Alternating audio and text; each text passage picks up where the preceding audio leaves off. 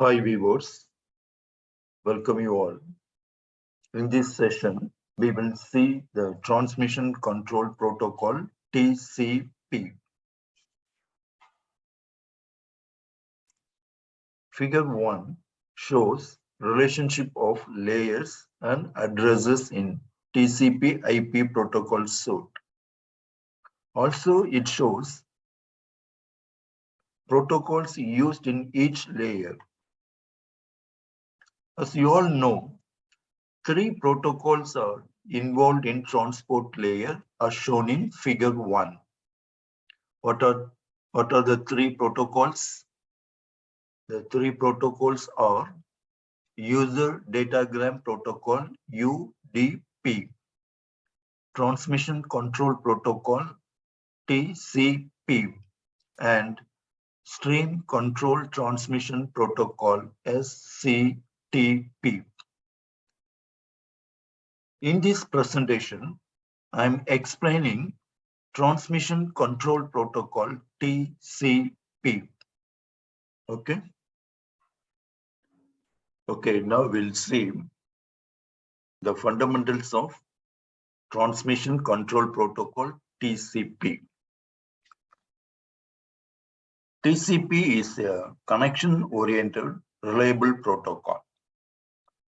TCP provides byte stream service. As you all know, UDP is a connectionless, unreliable protocol. I hope you remember. So why TCP is connection-oriented? A logical TCP connection is established between two processes, that is, two applications, before data is exchanged. The connection is maintained during the entire time that communication is taking place, then released afterwards. That's why the TCP is connection-oriented protocol. Okay, again, why TCP is reliable protocol? TCP provides reliable message delivery. TCP ensures that data is not damaged, lost, duplicated, or delivered out of order to a receiving process. How does TCP achieve reliability? So TCP assigns a sequence number to each octet it transmits and requires a positive acknowledgement ACK from the receiving TCP. Also, the TCP uses checksums to ensure that data is not corrupted. That's why TCP is reliable protocol. Okay, another point, TCP is most widely used protocol. TCP provides byte stream service. That is, TCP transmits each segment as a stream of bytes. Data can flow in both directions at the same time during a TCP communication. So hence it is a duplex communication. So also TCP uses flow control and error control mechanisms at the transport layer.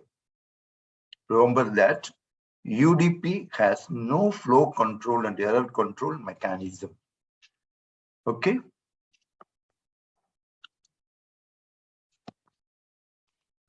Okay, here you can see the table 1.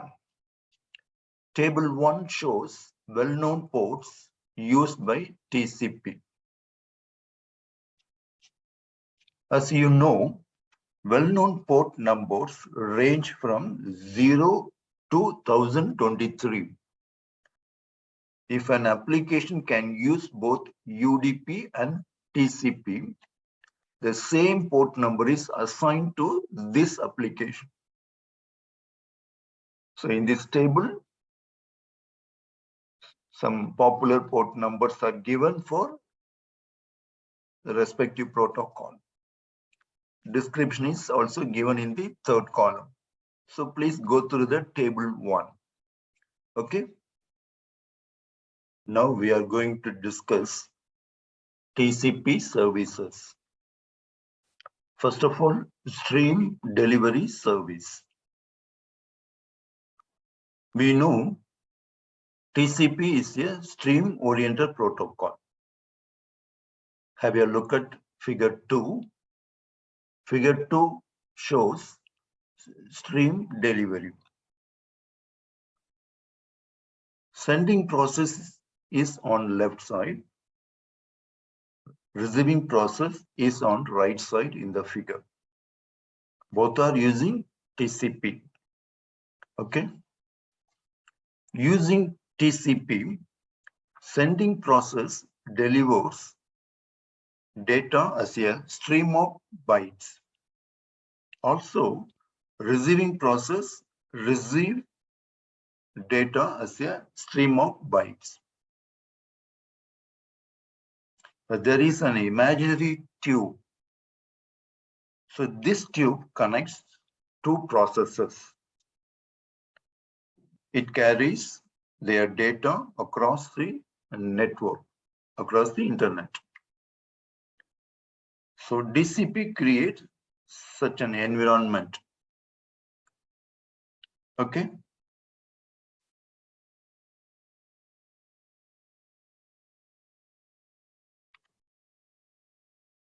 So figure 2 shows stream delivery. Just now I explained how it functions. So please go through the figure 2. Okay, now figure 3 shows sending and receiving buffers. Figure 3 illustrates sending and receiving buffers. First of all, what is buffer?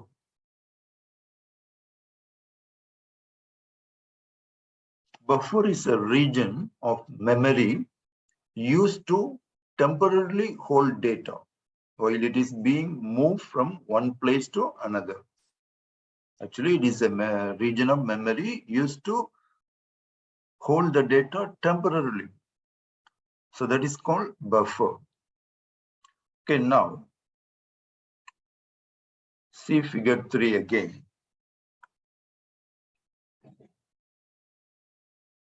How buffer is implemented?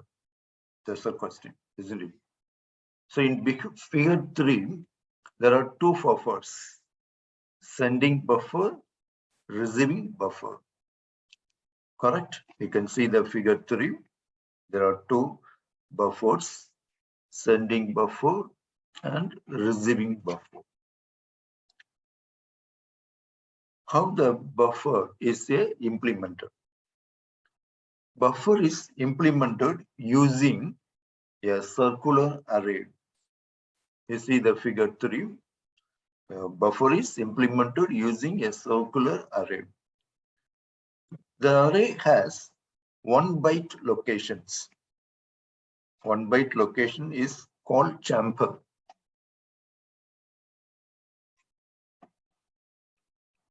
Okay.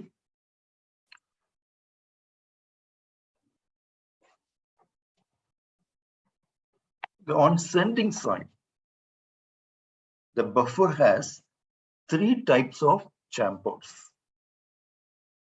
Already I told the 1 byte location is called chamber. At the sending side, buffer has 3 types of chambers. The white section in the circular array has empty chambers. These chambers can be filled by the sending process. Okay. At the same time, the gray area has chambers. These chambers hold already sent bytes but not yet acknowledged. TCP keeps these bytes in buffer until it receives an acknowledgement. The third one, the colored areas or bytes to be sent by the sending TCP. That is, colored areas have chambers. These chambers hold bytes which are not yet sent by the sending TCP. So at the sending side, the buffer has 3 types of chambers. You can see figure 3. You can easily understand. Okay, now we'll see the receiving side. Okay, on the receiving side, the buffer has 2 types of chambers. What are the 2 types of chambers? White area contains empty chambers. They will be filled by bytes received from the network. The colored sections contain received bytes that can be read by the receiving process. So at the receiving side, the buffer has 2 types of chambers. So please refer figure 3. Okay.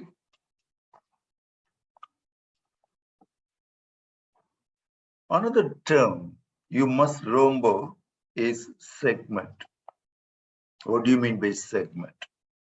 So that is given in this slide. You can see there. TCP groups a number of bytes together into a packet called segment. TCP adds a header to each segment and delivers the segment to the IP layer for transmission. So please keep the term in mind. Okay. Just now I explained stream delivery service. Other DCP services are full duplex communication, connection-oriented service, and reliable service. So what is full duplex communication? TCP offers full duplex service in which data can flow in both directions at the same time. Each TCP has a sending and receiving buffer, and segments move in both directions. So that is full duplex communication. Next, connection-oriented service. Connection-oriented service. TCP is a connection-oriented protocol we already know. I already explained why it is connection-oriented protocol, isn't it? The two TCPs establish a connection between them. After that, data are exchanged in both the directions. Finally, the connection is terminated. Right? Then the another service is reliable service. TCP is a reliable transport protocol. Earlier, I explained why TCP is reliable protocol, right? It uses an acknowledgement mechanism to check the safe and sound arrival of data. Correct?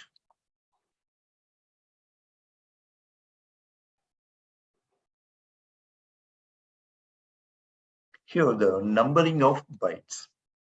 What do you mean by numbering of bytes? Bytes of data being transferred are numbered by TCP. The numbering starts with randomly generated number. There are 2 fields called sequence number and acknowledgement number. So you must know what is sequence number, what is acknowledgement number. Sequence number.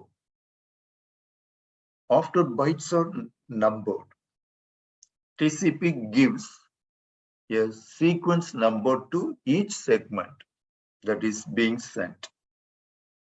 So sequence number for each segment is the number of the first byte carried in that segment. That is called sequence number. So when you see the acknowledgement number, TCP packets can contain an acknowledgement, which is the sequence number of the next byte the sender expects to receive. I repeat again, acknowledgement number is the sequence number of the next byte the sender expects to receive. So also the acknowledgement number is cumulative. Okay. I already told TCP groups a number of bytes into a packet, isn't it? That is called segment. So TCP groups a number of bytes into a packet. So that is called segment. TCP adds a header to each segment and delivers it to the IP layer for transmission. Already explained in the previous slides. Okay, now what about TCP segment format? So you can see here figure 4. Figure 4 shows TCP segment format.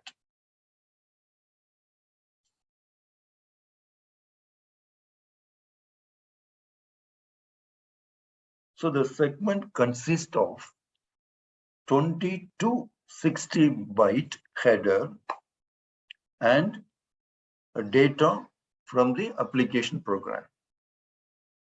Header and data. If header is 20 bytes, there are no options. But if the header is up to 60 bytes, it contains options. You can see header fields in figure 4. What are the header fields? So please see the figure 4.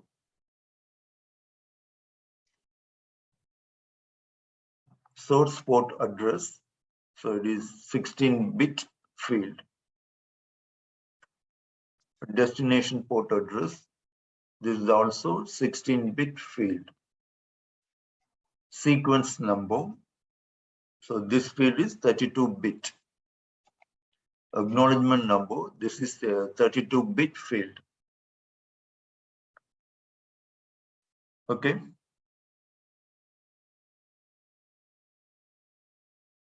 Some of the header fields are header length, HLEN.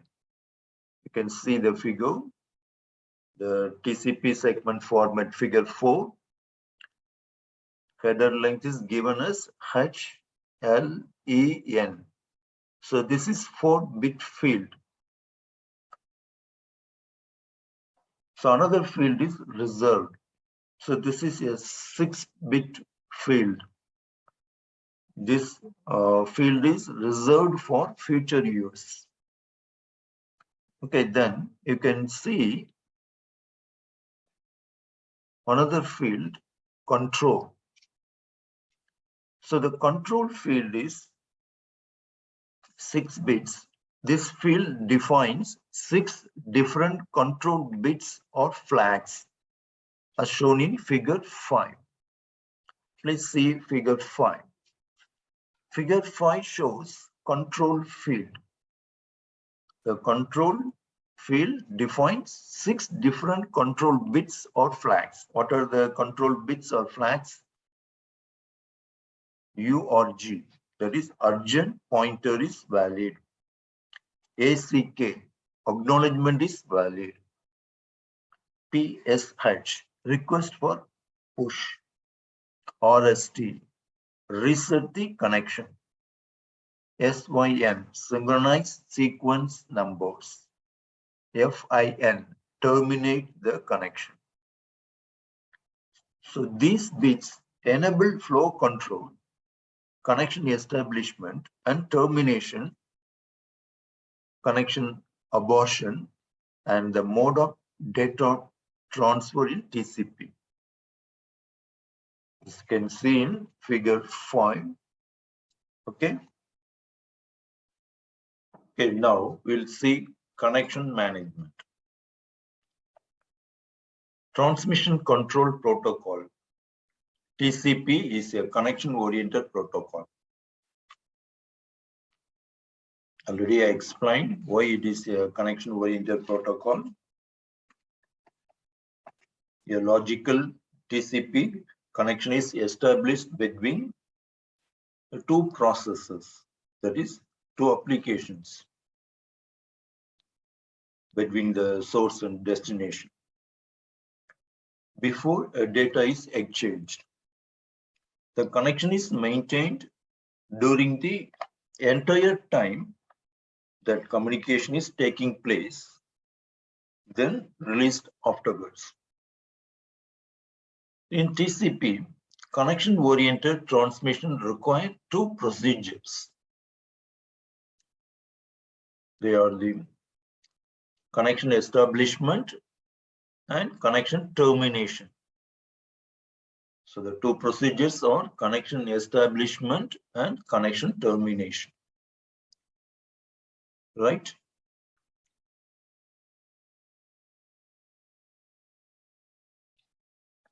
Okay, now we'll see connection establishment.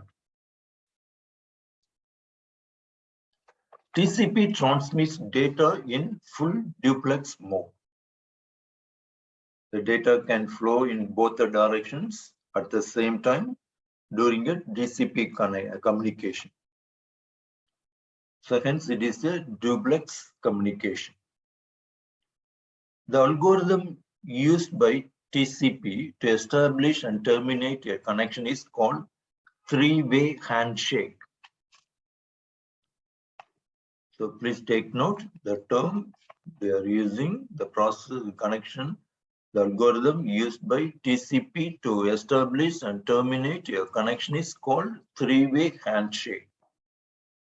So what is three-way handshake? Why it is called three-way handshake? It is a three-step method that requires both the client and server to exchange SYN and ACK acknowledgement packets before actual data communication begins. A three-way handshake is also known as TCP handshake. So we can explain here with this the diagram. So please see the diagram, three-way handshake. The first one, the first step, the client sends a packet with the SYN bit set and sequence number of X, isn't it? From the client to server. Then the second step, the server sends a packet with an ACK number, that is acknowledgement number of X plus 1, the SYN bit set and sequence number of Y. The third, the client sends a packet with an ACK number, acknowledgement number of Y plus 1, and the connection is established. So then the client sends the data. So here there are three steps. So that's why it is called three-way handshake. So the connection is established. So client can send the data. The first three steps in the above process is called the three-way handshake. So three-way handshake is used to establish a TCP connection. Okay. Then, so we'll discuss the connection termination. Once the exchange of data is completely over, the connection should be terminated, isn't it? So, how the connection is terminated? So you can see here, the TCP connection termination is implemented following using the steps. You can see the figure. The client TCP sends the first segment, a FIN segment, sequence number X, to the server TCP. Number two, the server TCP sends the second segment and ACK to the computer sends an ACK number of X plus 1. The third step, it also sends a FIN with a sequence number of Y plus 1. Please see the diagram.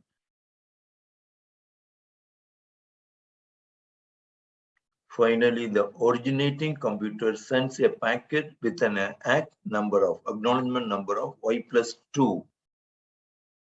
Then the connection is closed.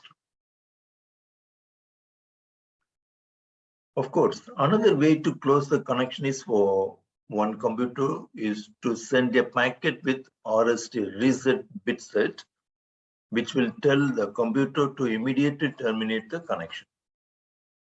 So for both connection establishment and connection termination, three-way handshake